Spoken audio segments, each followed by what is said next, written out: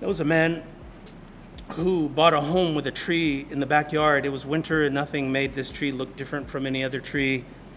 When the spring came, the tree grew these beautiful pink buds. And the man thought, oh, that's wonderful. I have a flowering tree. I'll enjoy its beauty all summer. But before he had time to enjoy the flowers, the wind began to blow, and soon all the petals were thrown in the yard. And he thought, what a mess. This tree isn't any use after all. The summer passed, and one day the man noticed the tree was full of green fruit the size of large nuts. He picked one and he took a bite, and it was like, oh, this is awful. He threw it on the ground, and he concluded, this tree is worthless. Its flowers are so fragile that the wind blows them away, and its fruit is terrible and bitter. When the winter comes, I'm cutting it down. But the tree continued to draw water from the ground and warmth from the sun, and in late fall it produced a bountiful crop of delicious red apples. Maybe some of you have been like that tree. Early in life, you were full of hope and wonder. You wanted to make a difference. You had dreams you wanted to fulfill.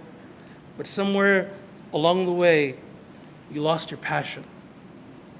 Perhaps you became bitter and took a sour outlook on life. And now you wake up and you're thinking the wrong thoughts. You have a bad attitude. You have the wrong frame of mind.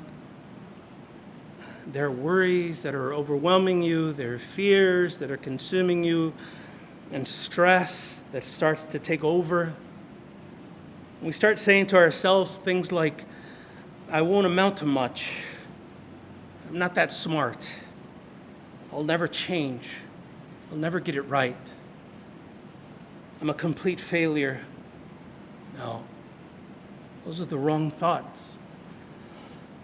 Look, fruit is delicious, but if it isn't ripe yet, it doesn't taste good. Be careful not to assess a season in your life before it's time, because with time, the seasons will change. You just keep on.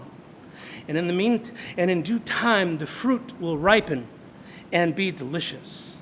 And so in the meantime, you keep drawing water. You keep soaking up the sun. Think the right thoughts. Learn to meditate on God's word. You have your own race to run. So there's no need for you to compare yourself to somebody else. What others think about you is not the measure of your worth. You are unique. You are spiritually gifted by God. And it's not too late to live a productive, fruitful life with the remainder of your time on earth. God is going to bless every believer for all eternity exponentially for every good deed that you did in his name. And that's why we have to keep on pressing on and not let anyone distract us or take away our focus or keep us from our purpose.